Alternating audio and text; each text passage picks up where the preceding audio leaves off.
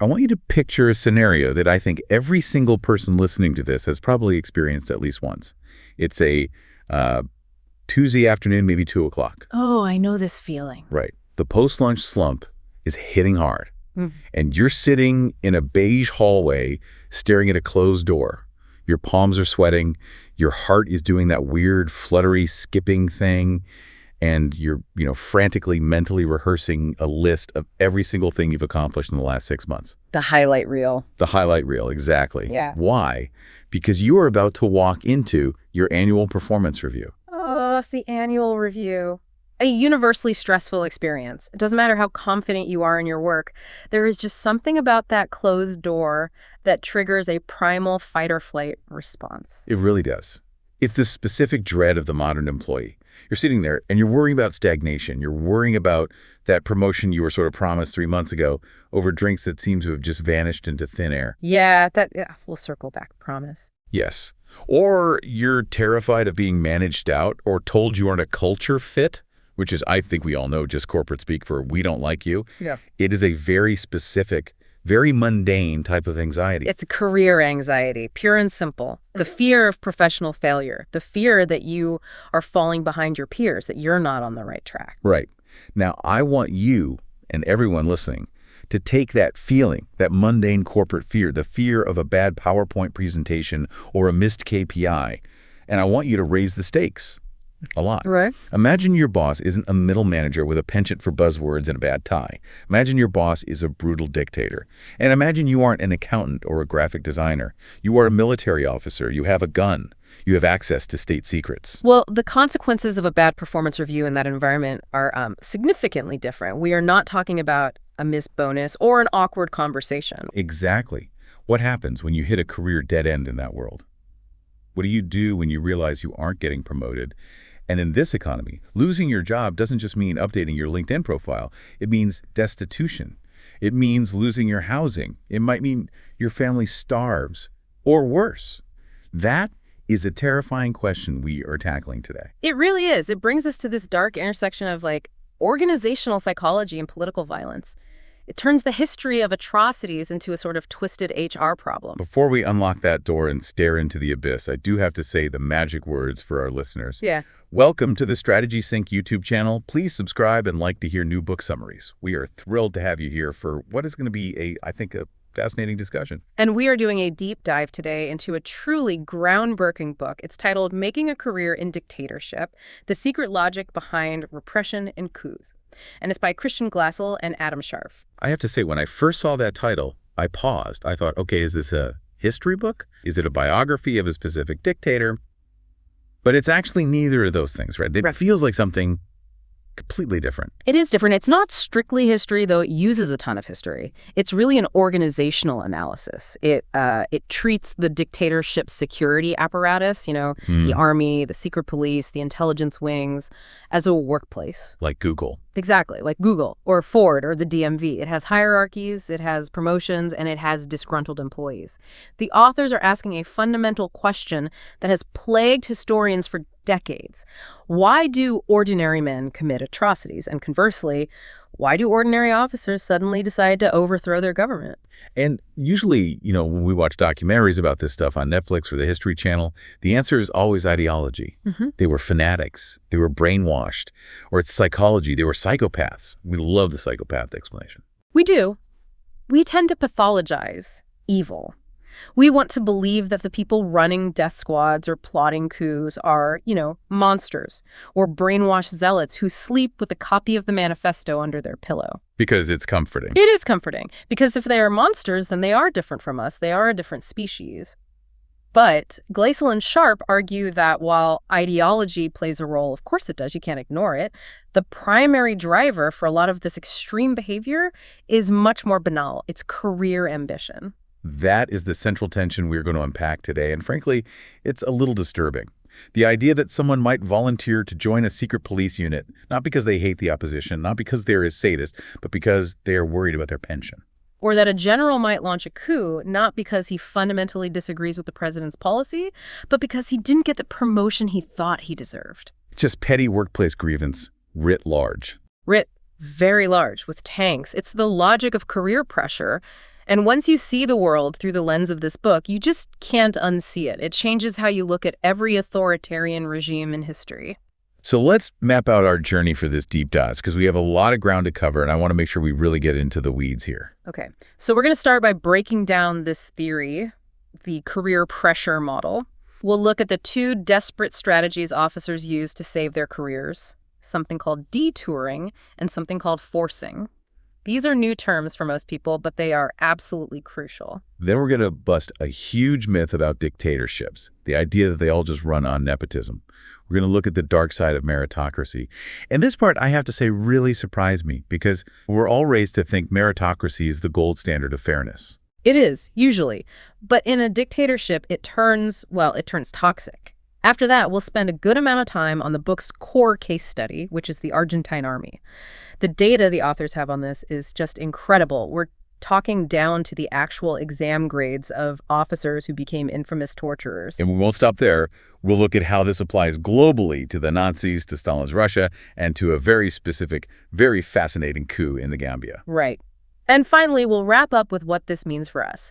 We'll talk about the Peter Principle with a dark twist and the bureaucratic banality of evil. It's a heavy topic for sure, but the insights are incredibly valuable. So let's jump into section 1, the logic of career pressure. We need to set the scene. We are inside the security apparatus. What does this workplace look like? Paint the picture for us. Well, imagine a pyramid. That's the fundamental structure of almost any military or security organization dating back to, the Romans. At the bottom, you have a massive cohort of lieutenants or junior officers. It's a very wide base. Okay, so lots of fresh faces at the bottom, full of ambition. Right. You have thousands of young men and women who have just graduated from the academy, full of hope and ambition.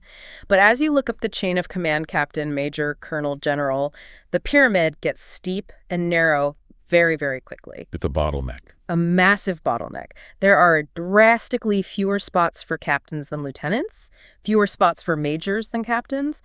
By the time you get to general, you are talking about a handful of positions for thousands and thousands of people who started at the bottom. It's musical chairs, but with a whole army. That's a great way to put it. And in these organizations, they often operate on a principle called up or out. I've heard this term in corporate consulting too, like at McKinsey or Bain, the big consulting firms. It's the same mechanic, but with guns. Up or out means that if you don't get promoted within a specific window of time, you are fired. So let's say the standard is that you must make major by age 35. If you turn 35 and you are still a captain, they don't just let you stay a captain until you retire. You're out. You are forced out. You are retired early. They clear the decks for the next generation. And in a stable democracy with a good economy, say the US or the UK, maybe that's annoying. Maybe it hurts your ego. You go become a security consultant, or you work in logistics for Amazon. You take your skills to the private sector. But we aren't talking about the US here. No, not at all. We are talking about dictatorships. Yeah. In many of these regimes, the economy is volatile, it's crumbling, or it's completely state-controlled. The private sector might be non-existent or completely subject to the whims of the state. So there's nowhere to go. There is nowhere to go. Yeah. If you lose your position in the military, you lose everything. You lose your housing, which is often provided by the army. You lose your social status. You lose your income. And crucially, you lose your protection. In a dictatorship, just being a civilian can be dangerous. Being a disgraced former officer can be even more dangerous. So falling off that career ladder is absolutely catastrophic. It's not just a career pivot, it's a life crisis. Precisely. The pressure is just immense. So imagine you are a mid-level officer. Let's call him Lieutenant Schmidt. He's been working hard, but maybe his grades were just okay. Maybe he messed up a drill 5 years ago, and it's still on his record. He sees his peers getting promoted. Guys he went to the academy with are now giving him orders. Oh, that's got to sting. It stings. He is standing still. He realizes, I'm about to be pushed out. The clock is ticking. What does he do? This is the moment of truth. The desperation sets in. This is where the book's core model kicks in. When an officer realizes they are stuck or losing the career game, the authors argue they have two extreme options to salvage their professional life. They can't win by playing the normal game anymore. They've already lost that. So they have to break the rules. They have to break the rules or change the game entirely. The first option is called detouring. Detouring. Okay, walk us through that. Because it sounds like taking a scenic route, but I have a feeling it's not scenic at all. It is definitely not scenic. Detouring is essentially a strategy of extreme loyalty. It's when a struggling officer volunteers for the dirty work. We're talking about joining the secret police, staffing the detention centers, conducting the interrogations, running the death squads. The stuff that the golden boys, the guys on the fast track, don't want to do. Exactly. The high flyers, the guys with perfect grades who are destined to be generals, they don't want to get their hands dirty. Why would they? They are already on the path to success.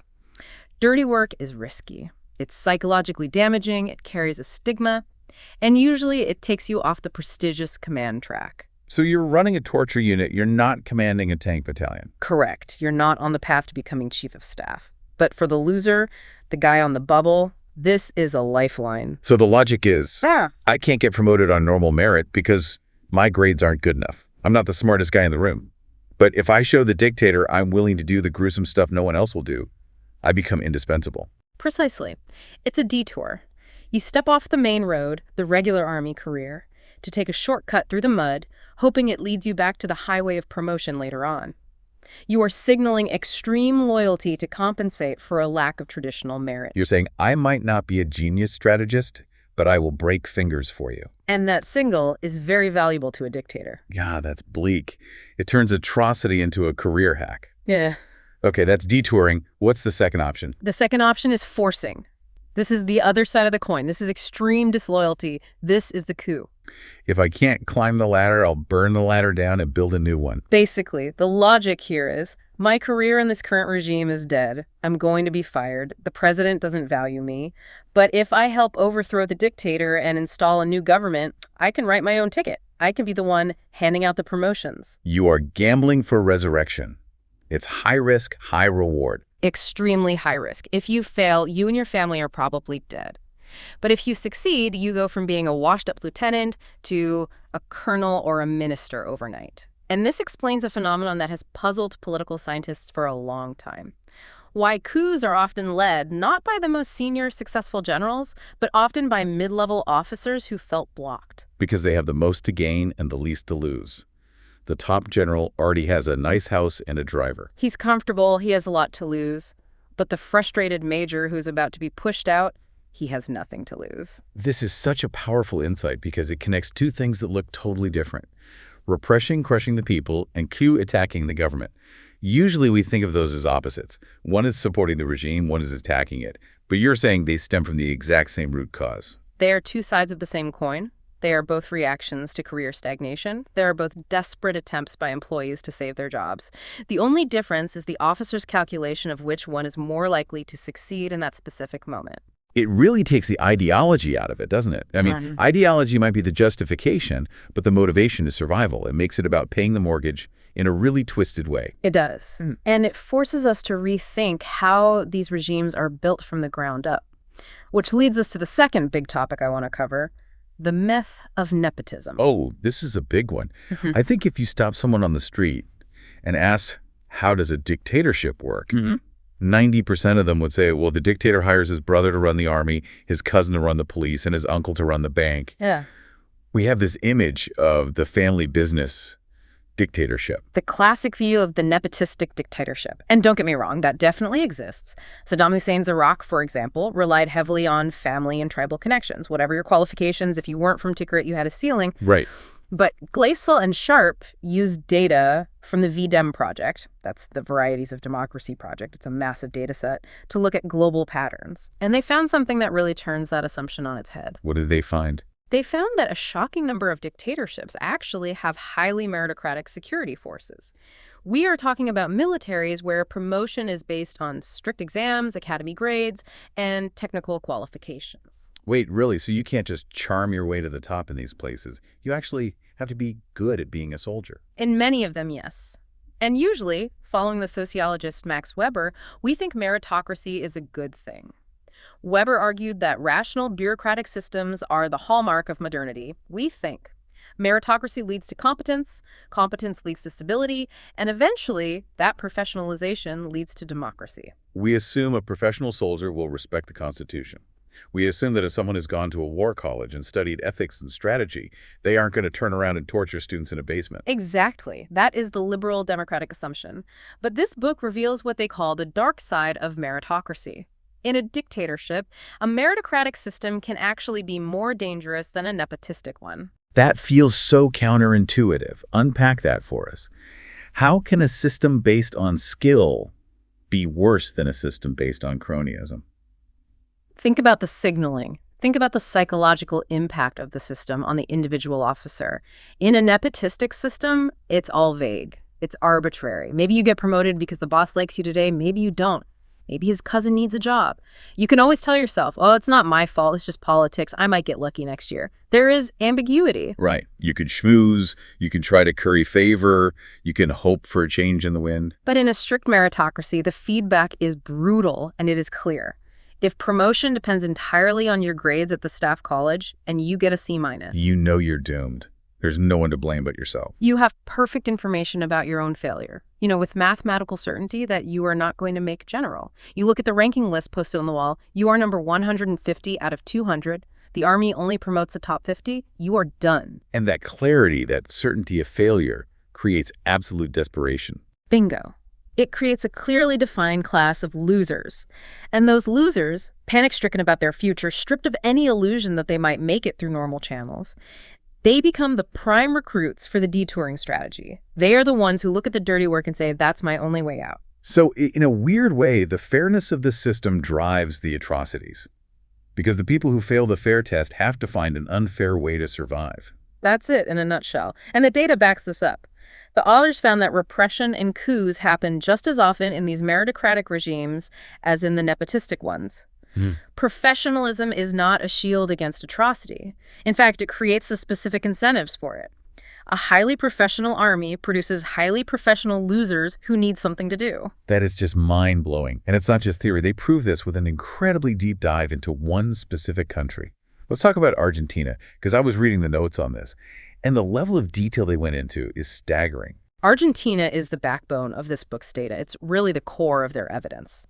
The authors looked at the Argentine army from roughly 1900 to 2020, but they really zoom in on two key periods.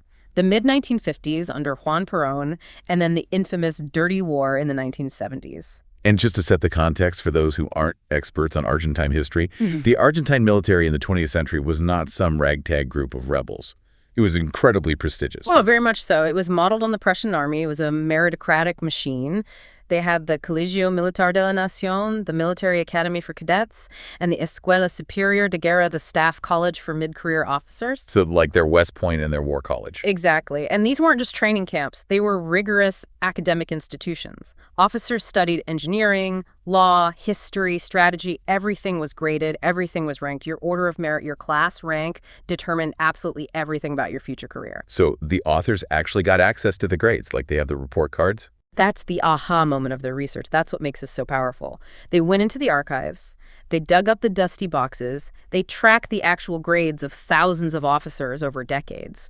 They know exactly who got an A in tactics and who got a D in logistics in 1954, and the pattern they found is just undeniable. Let's start with the forcing strategy first, the coup, because Argentina had a lot of coups in the 20th century. It did. It was a very turbulent political environment. Let's take the 1955 coups against Juan Perón. Perón was a hugely polarizing figure, a populist, had massive support from the working class, but he was meddling with the military's internal affairs. And some officers felt threatened by that. Specifically, the officers who were being marginalized. The data showed that the officers who plotted to overthrow Perón were largely those whose careers were stagnating or who had been sidelined by Perón's new policies. Perón was promoting his own loyalists, which blocked the normal meritocratic promotion paths for others. So the guys who were plotting the coup weren't the stars of the army. They weren't the top of the class. No. The stars were doing fine. Why would they risk it? The plotters were the ones who saw the writing on the wall. They felt that up or out pressure. Their internal calculus was, if Perón stays, my career is over. If I remove Perón, I might have a chance. They were gambling for resurrection via a coup. Now fast forward to 1976. The military takes over again. The junta. This is the period of the Dirty War, the disappearances, the desaparecidos, something like 30,000 people kidnapped, tortured, and killed. This is a time of absolute terror. This is one of the darkest chapters in Latin American history. The regime set up hundreds of secret detention centers, often in the basements of police stations or military bases. They created these task forces whose entire job was to hunt down subversives. Now ask yourself, Who staffs a torture center? Who volunteers to spend their day electrocuting students? The common assumption is sadists, psychopaths, or maybe young, impressionable recruits who are just brainwashed by their commanders. But the data tells a very different and I think a more chilling story. The authors looked at who volunteered for these task forces. It wasn't the top-ranked officers, the officers with the highest grades at the staff college. The guys who were top of their class in strategy and command, they stayed in the regular units. They stayed in the infantry, the cavalry, the artillery. Yes, they remained on the clean command track. Because they didn't need to detour, they were already winning the game. Exactly. Why risk your reputation and your soul doing dirty work when you are already on the fast track to general? The officers who went into the secret police, intelligence, and the detention centers were overwhelmingly the ones with lower grades, the ones who are on the bubble for promotion, the guys who are struggling academically and professionally. It's the detouring strategy in perfect action. I could just imagine being that officer. You're sitting there, you're looking at your transcript. I'm getting C's in strategy. I failed my logistics exam. I'm not going to make colonel. My life is over. But then a memo comes across your desk. Volunteers needed for special anti-subversion unit. And you think, this is it. This is my chance. If I go run this detention center in Buenos Aires and I show the junta that I am ruthless, that I am effective at fighting subversion, maybe they'll get me that promotion. Maybe they'll overlook my bad grades because of my service to the nation. The big question is, did it work? Did the detour pay off for them? For many of them, yes. The data shows that officers who detoured into repression often did get promoted, or at the very least, they avoided being forced into early retirement. They traded dirty work for career survival. The book describes it as the military using repression as a safety valve. Explain that concept. Repression as a safety valve. That's a really interesting phrase. Well, think about it from the dictator's perspective. You have a meritocratic system. That means you inevitably have a lot of frustrated, mediocre officers who know they aren't going to make it. If you leave them alone, they might get angry and plot a coup against you. That's the forcing strategy. They become a threat. A huge threat. So you give them a job. You give them a job hunting enemies of the state. It keeps them busy. It makes them feel important. It makes them feel useful to the regime. It channels their frustration outwards towards the population instead of inwards towards you. Wow. So it solves two problems for the dictator. It gets the dirty work done, which you need to stay in power, and it keeps the frustrated officers busy so they don't coup against you. It creates a bureaucracy of evil. It's not about hate, it's about HR. It's about managing your workforce to maximize your own political survival. That is chilling. It's not about hate, it's about HR. I'm going to be thinking about that for a long time. It makes it so much more terrifying because it's so rational, so bureaucratic. But I want to make sure our listeners understand this isn't just an Argentina story. The authors apply this globally. They do, and this is what makes the book so compelling. They test this theory against 3 very different regimes to show that this is a universal organizational behavior, not a culturally specific one. They look at Nazi Germany, Stalin's Russia, and the Gambia. Let's start with the Nazis. Because when we think of Nazis, we think of the SS. We think of the most ideological fanatics in history. And specifically, the book looks at the Einsatzgruppen. Right. The Einsatzgruppen were the mobile killing squads operating in Eastern Europe and Russia during the invasion of the Soviet Union. This was the Holocaust by bullets. Before the gas chambers were fully operational at places like Auschwitz, these were the units rounding up Jewish villagers, driving them into the woods, and shooting them in mass graves. It's just an unimaginable level of brutality. It requires a level of intimacy with murder that is hard to comprehend. And again, the assumption is the commanders of these units must have been the most fanatical, true believer Nazis, the guys who just breathed the ideology. The purest of the pure evil. And many were ideological, certainly. You can't discount the profound anti-Semitism. But the book tracks the personnel records of the SS officers who led these units. And guess what they found? A pattern of blemishes. Like, what does that mean in the SS? Disciplinary issues, misconduct, alcoholism, failed promotions within the SS hierarchy, or, and this is really interesting, having the wrong background. Maybe they were lawyers or academics who had joined the SS late and were looked down upon by the old fighters from the early days of the party. These were men who had marks on their record that threatened their advancement. They were insecure in their status. So volunteering to go to the Eastern Front and command a death squad was a way to wipe the slate clean. It was a redemption tour. It was a way to prove their bona fides. I messed up back in Berlin. I'm looked at as a soft lawyer. But look at how efficient I am here in Ukraine. Look at how ruthless I can be. Look at how loyal I am to the Führer. They volunteered for the worst possible assignments to cleanse their career records. They wash their records in blood. That's a very good way to put it. It's the detouring strategy again. It's exactly the same mechanism as Argentina, just with different uniforms and a more extreme ideology. Okay, what about Stalin? The Soviet Union was a different beast entirely. The NKVD, the Soviet secret police during the Great Terror of the 1930s. Here, the pressure was even more intense because out didn't just mean retirement. In Stalin's Russia, if you fell out of favor, you went to the gulag or you were shot in a basement. Talk about high stakes. Up or death. Literally. The authors show that during the purges, the NKVD officers most likely to become the executioners, the ones carrying out the interrogations and the shootings, were those who feared they were next on the list. The purges were a constant churn. So I have to prove I'm not an enemy of the people. So I will hunt the enemies of the people with extra ferocity. It was pure survival. If I'm the one holding the gun, I'm not the one being shot today. The system used their fear of career death and actual death to fuel the machine of repression. It was a self-perpetuating cycle of terror driven by career anxiety. Let's pivot to the third example, because I found this one fascinating. It's so different from the massive machineries of Germany or Russia. We're going to the Gambia, 1994. This is a small country in West Africa, a tiny military. A very, very different context. We aren't talking about World War II or the Cold War here. This is a case study that leads up to the coup against President Dada Jawara. So what caused the career pressure here? Was it bad grades again? Not exactly. This is a classic example of what the authors call institutional blockage, or a glass ceiling. At the time, the Gambian army was actually led by foreign officers. There was a treaty with Nigeria. So the top commanders, the generals, the colonels were Nigerian officers on loan. Wait, pause on that. So if you are a Gambian officer, a lieutenant or a captain, there is a literal ceiling. You can never reach the top because those jobs are legally reserved for Nigerians. Exactly. Imagine the frustration. You join your country's army, you want to serve your nation, but every day you have to salute a commander from a different country. You know that no matter how good you are, no matter how hard you work, you can never get that top job. You have zero chance of promotion to the top slots. The authors call this a concrete ceiling. So detouring doesn't help you here. There's no dirty work you can do that will get you promoted into a Nigerian's job. Right. There is no detour that leads to that spot. The system is structurally blocked. So they chose the forcing strategy. A group of junior lieutenants realized the only way we get a promotion is if we remove the government, tear up the treaty, and kick out the Nigerians. We have to flip the board. And that's exactly what they did. A young lieutenant named Yahya Jammeh led the coup and took power.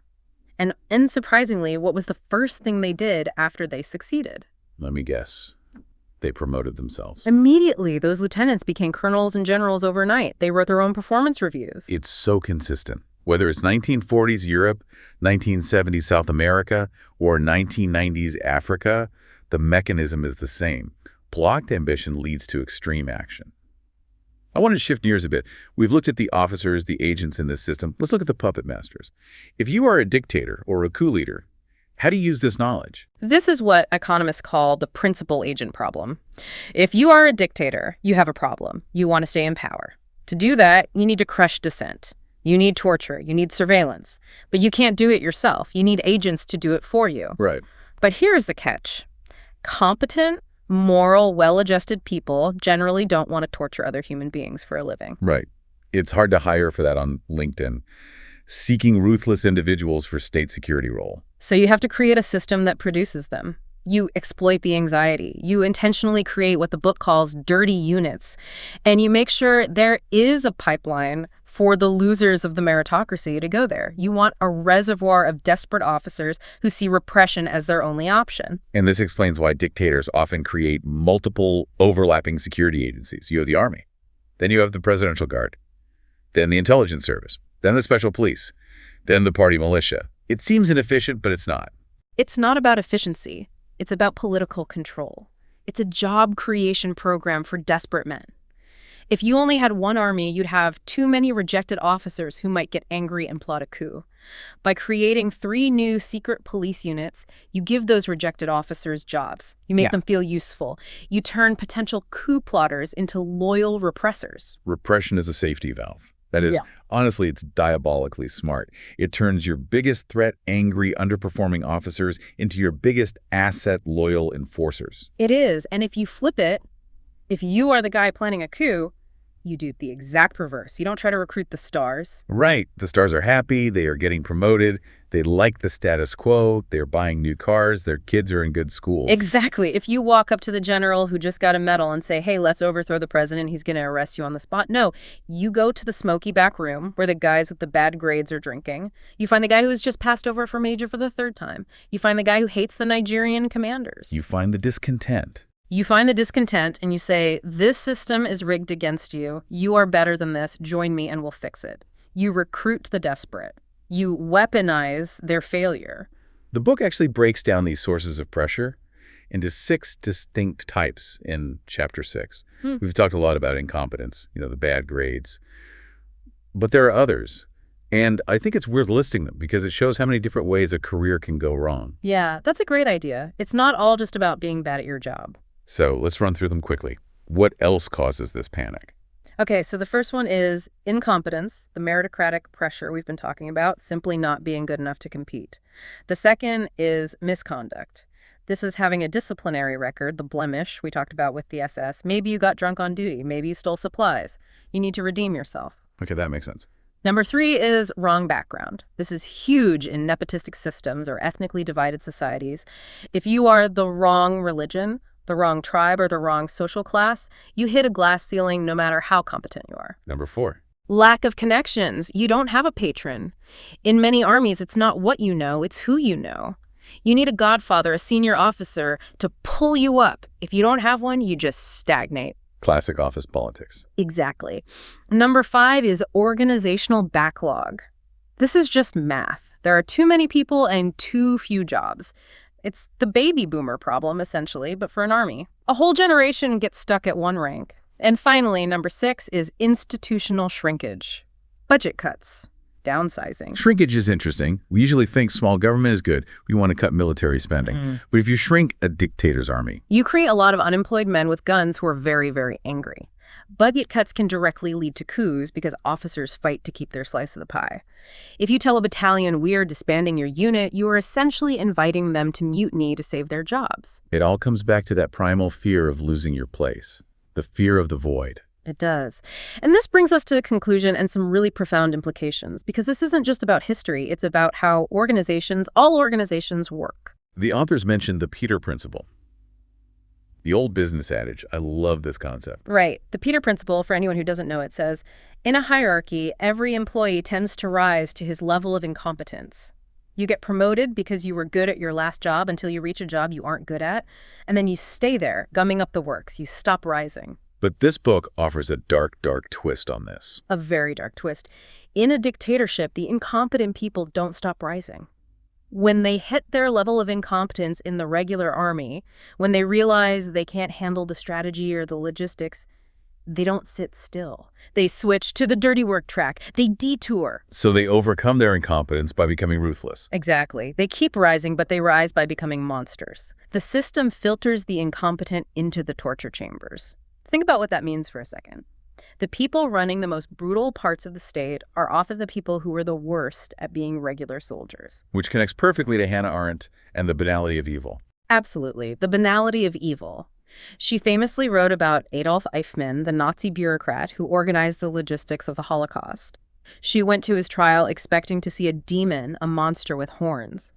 Instead, she saw a boring little man who spoke in cliches.